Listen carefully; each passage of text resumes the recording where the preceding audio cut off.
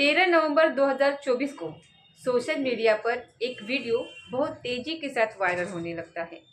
दरअसल वो देश के अलग अलग हिस्सों में वो वीडियो वायरल हो रहा था। उस वीडियो में देखा जाता है कि कमरे के अंदर कुछ खड़े हैं तो कुछ बैठे हुए हैं। किसी के हाथ में ग्लास लगा हुआ था तो किसी के हाथ में बोतल लगी हुई थी। कोई खड़ा होकर के झूम रहा था तो कोई अपना मस्ती में मग्न था। दरअसल इस वीडियो को वायरल होने के बाद लोगों ने तरह तरह की बातें करनी शुरू कर दी, तरह तरह के अंदाजे लगाने शुरू कर दिए। दरअसल उत्तराखंड की राजधानी देहरादून के अंदर एक बहुत बड़ा हादसा हो जाता है। उस हादसे में 6 जनों की मौत हो जाती है मौके पर ही, और एक ही वहां पर बचा था, वो भी जिंदगी के जंग लड़ रहा होता है। और इसी बीच में जब ये वीडियो बहुत तेजी के साथ वायरल हो रहा था तो लोगों ने कमेंट करना शुरू कर दिया कि जो हादसे में मारे गए हैं ये वही तो हैं, अब ये यहाँ क्या कर रहे हैं, क्या नहीं कर रहे हैं।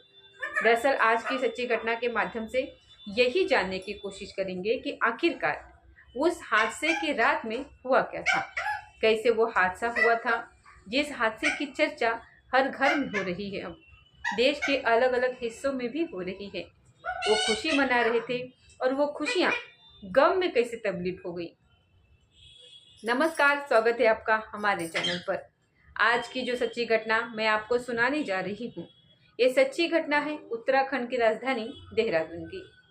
दरअसल बात कर रही हूँ 30 अक्टूबर 2024 को, जब पूरा देश धनतेरस का पर्व मना रहा था। तब देहरादून की राजधानी का एक जाना माना एक चेहरा, जाना माना एक कारोबारी जो कि पटाखों का कारोबार करता था, उनका नाम सुनील अग्रवाल होता है। कालीदास रोड के वो निवासी होते हैं। उनके घर में एक नई कार आती है, इनोवा कार, टॉप मॉडल की वो कार होती है।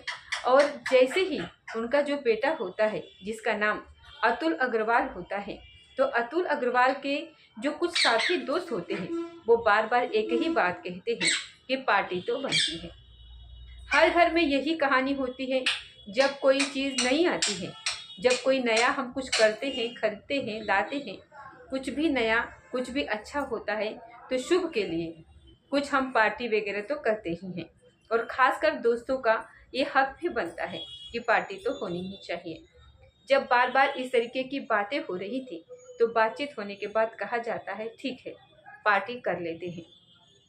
11 नवंबर 2024 को सिद्धेश अग्रवाल, जो इनका दोस्त होता है, जिसकी उम्र लगभग 25 साल के आसपास होती है, उसके पिता विपिन कुमार अग्रवाल अपने परिवार के साथ, जो कि राजपूत रोड के रहने वाले होते हैं, उन्हें देहरादून में एक शादी समारोह में जाना था। साथ ही हाथरस में भी उन्हें कुछ काम होता है। जब वो चले जाते हैं तो घर खाली हो जाता है, और जब घर खाली हो जाता है तो जिस दोस्त के घर में नई कार आई थी, उस दोस्त को ये मैसेज दिया जाता है कि आज पापा भी घर पे नहीं है, अगर तुम्हें कोई दिक्कत ना हो, कोई एतराज ना हो तो यही बात कर लेते हैं, पार्टी कर लेते हैं। कुछ इस तरीके का अंदाज़ा लगा जा रहा है। मीडिया इस तरीके की रिपोर्ट दे रही है।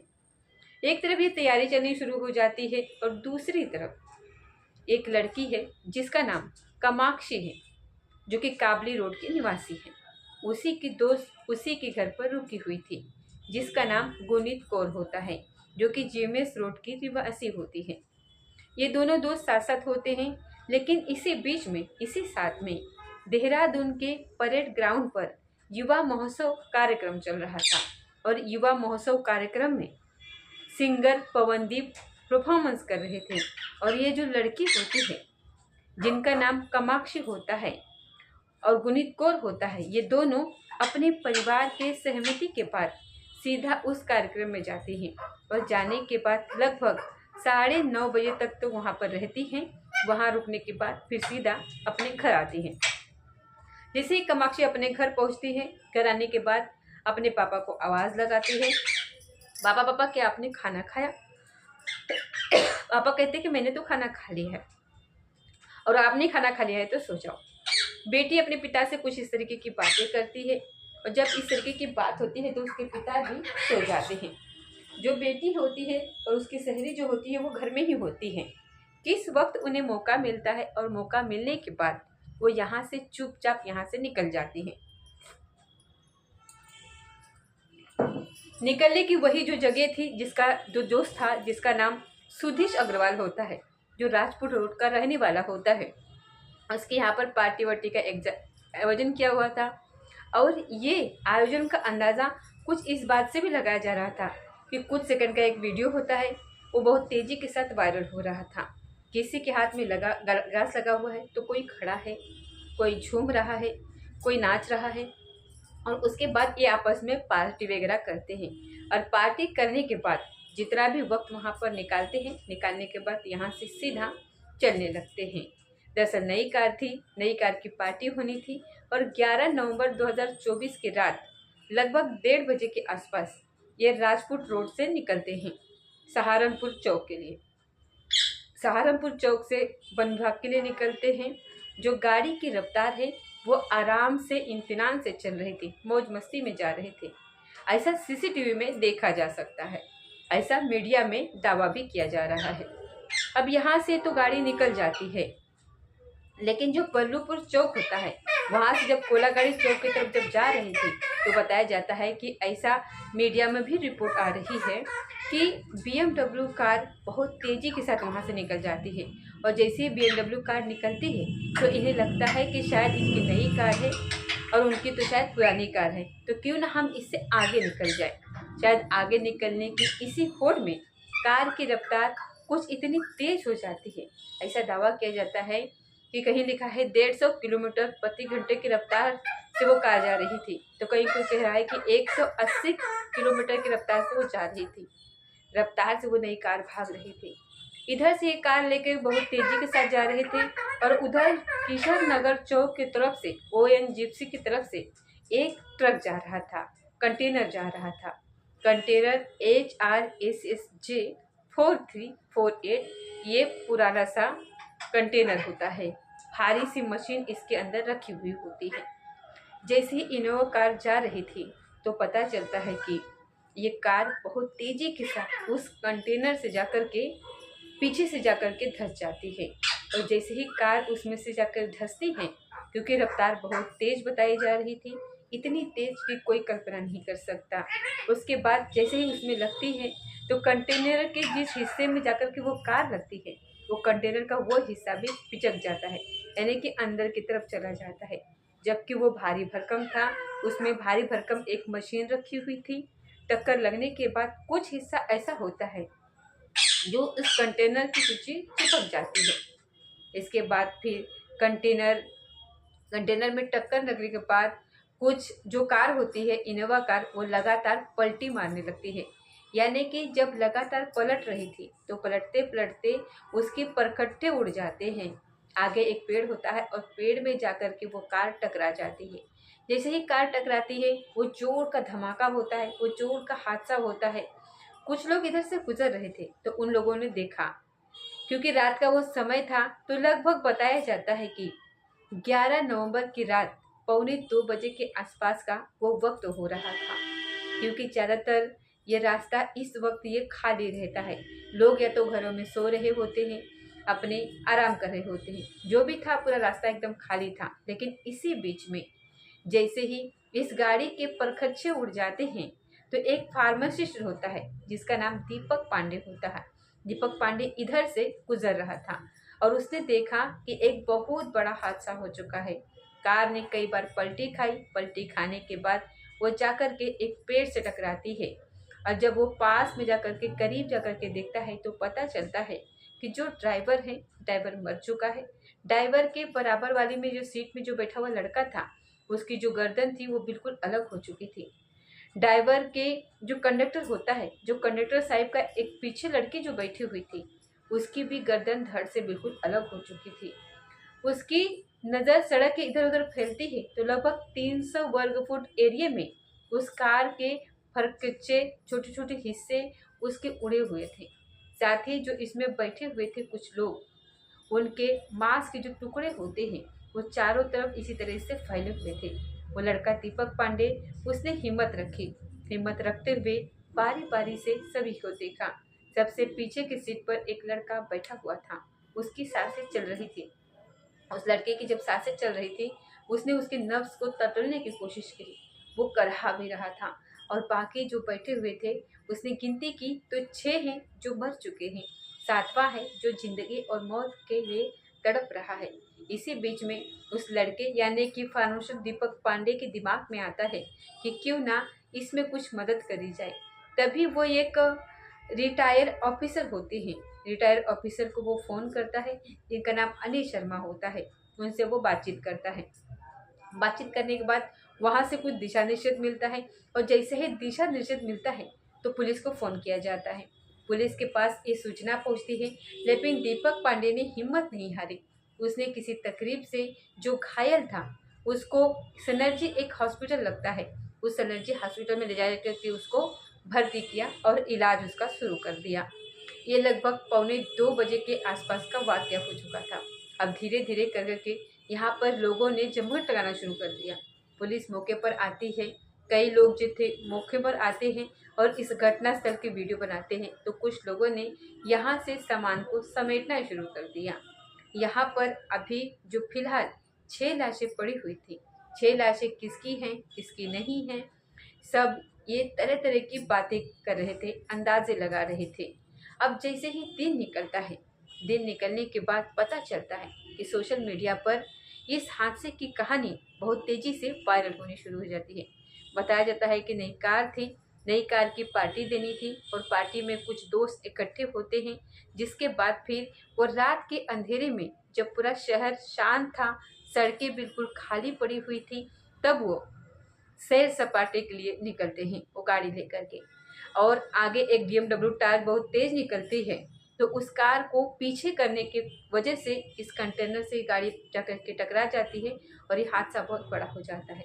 इसके बाद फिर पता चलता है कि जो मरने वाले हैं उसमें गुनीत है, गुनीत कौर, जिसकी उम्र लगभग 19 साल के आसपास है, जो कि सारे लोग GMS रोड देहरादून के रहने वाले होते हैं, जो कि BBA 3rd ईयर के स्टूडेंट होते हैं। कुणाल कुकरेजा जो कि एक 23 साल के होते हैं, जो कि मूल निवासी तो होते हैं जम्मा हिमाचल प्रदेश के, लेकिन फिलहाल वो राजेंद्र नगर देहरादून में रह रहे थे। और ऋषभ जैन जिनकी उम्र 24 साल के आसपास होती है, जो कि राजपूत रोड देहरादून के रहने वाले होते हैं। नाव्या गोयल जो कि आनंद चौक के तिलक नगर देहरादून की रहने वाली होती है। साथ ही अगुर अग्रवाल जिनके पिता का पटाखों का कारोबार होता है। बताया जाता है कि उत्तर प्रदेश के सहारनपुर से भी इनका कुछ ताल्लुकात था और पटाखों का इनका बहुत बड़ा कारोबार था। और इसी परिवार ने एक नई इनोवा कार खरीदी थी। इसी परिवार में जब नई कार आती है तो उसमें कुछ डिमांड हो जाती है कि हमें भी कार चाहिए। मैं जब इनकी संख्या बता रही हूँ तो उम्मीद है कुमार कुंगरेजा है, ऋषभ जैन है, नाव्या गोयल है, अतुल अग्रवाल है, कामाक्षी जिनकी उम्र लगभग 20 साल के आसपास है, जो कि कावली रोड देहरादून की रहने वाली होती हैं। 6 की इनकी मौके पर ही मौत हो जाती है, लेकिन जो 7वां इनका साथी होता है जिसका नाम दीपक पांडे, वो बड़ी मशक्कत के बाद उसे हॉस्पिटल में पहुंचाया गया, सतीश अग्रवाल को, जिसके पिता विपिन अग्रवाल जो कि शादी समारोह में शामिल होने के लिए चले जाते हैं। मीडिया रिपोर्ट में कहा जाता है कि वो तो शादी समारोह में शामिल होने के लिए चले जाते हैं, लेकिन इनका घर खाली होता है। सभी दोस्तों ने ये कोशिश की कि ठीक है यही बैठते हैं और यही अपनी पार्टी वगैरह करते हैं। पार्टी में उन्होंने क्या किया क्या नहीं किया, कुछ लोग तो दावा कर रहे हैं कि इन्होंने शराब पी थी, लेकिन पोस्टमार्टम रिपोर्ट में अभी पुलिस ने ऐसी कोई बात का खुलासा नहीं किया है कि आखिरकार मामला क्या है और क्या नहीं है, क्या उन्होंने वाकई में शराब पी थी या फिर नहीं। जब ये घटना हुई थी उस घटना के तुरंत बाद जो कंटेनर था, कंटेनर तो वही खड़ा हो जाता है और ड्राइवर जो होता है वो वहाँ से मौका पाते ही भाग जाता है। वो मौका पाते ही भाग जाता है और उसका जो कंटेनर होता है वो चालू ही रहता है, यानी कि स्टार्ट ही खड़ा हुआ था। तो वो कहाँ गया वो किसी के हाथ भी नहीं आता। हालांकि लोगों ने उसे देखने की कोशिश करी। अब पुलिस ने जब इसकी बैकग्राउंड हिस्ट्री थी, इस कंटेनर की खंगालने की कोशिश की तो पता चलता है कि ये हरियाणा का इसका मालिक होता है, लेकिन वो मालिक इसे बेच चुका था। उत्तर प्रदेश का ही एक जगह लगती है खदौली, खदौली के रहने वाले किसी व्यक्ति के पास ये कंटेनर होता है। लेकिन फिटनेस इसका जो प्रमाण पत्र होता है वो 16 अगस्त 2013 से ये खत्म हो चुका था, समाप्त हो चुका था। नेशनल जो परमिट होता है ट्रकों का, इनका कंटेनर का, वो 10 अगस्त 2015 को समाप्त हो चुका था। ये भी दावा किया जा रहा है, बताया जा रहा है। और कंटेनर पर कोई रिफ्लेक्ट जो होता है, रिफ्लेक्टर जो हल्की सी रोशनी पड़ती है तो फिर चमकने लगता है, उस ट्रक पर कोई ऐसा, कंटेनर पर कुछ ऐसा था ही नहीं। अगर होता तो शायद ये हादसा नहीं होता। यूपी के जो खतौली में पुलिस भेजी जाती है ये पता करने के लिए कि आखिरकार इसका मालिक कहाँ है और कहाँ नहीं है, आखिरकार उसके पीछे की वजह क्या है, क्या कर रहा था। अब ड्राइवर मिलेगा तो शायद ड्राइवर कुछ आधी अधूरी जो कहानी बची हुई है उसको सुनाएगा। और जो सिद्धेश अग्रवाल है, क्योंकि वो जिंदगी और मौत की जंग लड़ रहे हैं, तो उसी के अंदर उन्हें होश आता है यदि वो ठीक होते हैं। हालांकि डॉक्टर का ये भी कहना है कि इनकी हालत अभी बहुत गंभीर है, ठीक ठाक होने के कंडीशन की तरफ ये चल रहे हैं, लेकिन मीडिया में तरह तरह के इनके बारे में अफवाहें भी चल रही हैं। तो ऐसे भी कोई अफवाहें नहीं फैलानी जानी चाहिए, क्योंकि जब ये हमने खबर ली थी तो इसमें बताया जाता है कि सिर्फ एक ही पिता ने तहरीर दी है, बाकी किसी ने भी तहरीर नहीं दी है। लेकिन जैसे ही इस घटना के बाद 5-6 की एक साथ मौत हो जाती है, इसके बाद 5 एक साथ चिताएं जलने लगती हैं।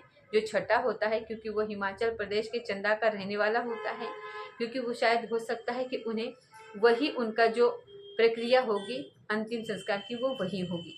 लेकिन 5 लाशों का एक साथ अंतिम संस्कार जिस तरीके से होता है तो हर आँख में आंसू आ जाते हैं। हर कोई व्यक्ति सोचने पर मजबूर हो जाता है कि मरने वाले जितने भी थे 25 साल से ज़्यादा किसी की उम्र नहीं थी और 19 साल की उम्र किसी की नहीं थी, सब बालिग थे। लेकिन इस तरीके का हादसा कैसे हुआ, यही एक सवाल है। और हर कोई इस सवाल और इसके जवाब के लिए कोई पुलिस की राह तक रहा है, तो कोई अपने तरीके से अंदाज़ा लगाने की कोशिश कर रहा है। कोई सोशल मीडिया पर वायरल हो रही वीडियो से अंदाज़ा लगा रहा है, तो कोई कुछ कह रहा है ये बड़े घर के लोग हैं, कोई इन्हें रईस बता रहा है, तो कोई कह रहा है कि पार्टी में कुछ ज़्यादा ही इन्होंने शराब पी रखी थी, तो कोई कह रहा है कि रईसी दिखाने के लिए ये लोग रात को सड़कों पर निकले थे। तो उस तरह तरह की बातें हैं, लेकिन पुलिस किसी ठोस नतीजे पर नहीं पहुंची है। पुलिस की जो जांच रिपोर्ट है, पुलिस की रिपोर्ट ही जब सामने आएगी तभी पता चलेगा। लेकिन अफसोसजनक की बात ये है कि देहरादून की जो एक राजधानी है, एक प्रदेश है, वहाँ पे के कैमरे को सही से काम नहीं कर रहा था, ऐसे बताया जा रहा है। क्योंकि कैमरे अगर काम कर रहे होते तो यूपी पुलिस को पता चल जाता कि आखिरकार पूरा का पूरा माजरा क्या है। हालांकि पुलिस प्रशासन को इस पर ध्यान देने की ज़रूरत है कि जो भी कैमरे हैं उनको सही से काम कराएं। और साथ ही ये जो घटना है, जो घटना हुई है जिसमें एक साथ 6 स्टूडेंट की मौत हो जाती है, इसमें कहीं ना कहीं पूरे देश के लोगों को एक संदेश है, एक मैसेज है कि जिनके बच्चे बहुत तेज़ी के साथ वाहन चलाते हैं, जिनके बच्चे बिना बताए वाहन लेकर के चले जाते हैं, जिनके बच्चों की उम्र अभी 18 साल भी कंप्लीट नहीं हुए हैं, वो भी अपने अपने बच्चों को स्कूल भेज देते हैं बड़े बड़े वाहनों से, बड़े बड़े गाड़ियों से। उन्हें भी थोड़ा देखने की और संभालने की ज़रूरत है। कुछ बालक ऐसे होते हैं जो वाहन लेकर के निकल जाते हैं और उन्हें लगता है कि कोई दिक्कत नहीं, कोई परेशानी नहीं है, लेकिन बिना किसी ट्रेनिंग के, बिना किसी जानकारी के ये जो वाहन चलाते हैं, जिससे कि कई बड़े हादसे हो जाते हैं, खतरे बने रहते हैं। और इस तरीके से देश भर में आए दिन कोई ना कोई हादसे होते रहते हैं, वो सब नासमझी में होते हैं। इसीलिए जो अपने एक्सीलेटर की रफ्तार है उसे उतनी ही रखें जितना आप कंट्रोल कर सकते हैं। ज़्यादा रफ्तार के लिए तो सरकार से भी अनुमति नहीं मिली है। जगह जगह बोर्डों पर लिखा हुआ होता है कि इससे ज़्यादा बिल्कुल भी ना भगाए, और किसी से खासकर कंपटीशन तो बिल्कुल भी ना करें। दोस्तों, इस पूरी घटना को सुनाने का उद्देश्य किसी को परेशान करना नहीं था, किसी का दिल दुखाना नहीं था, बल्कि आपको जागरूक करना था, आपको सचेत करना था।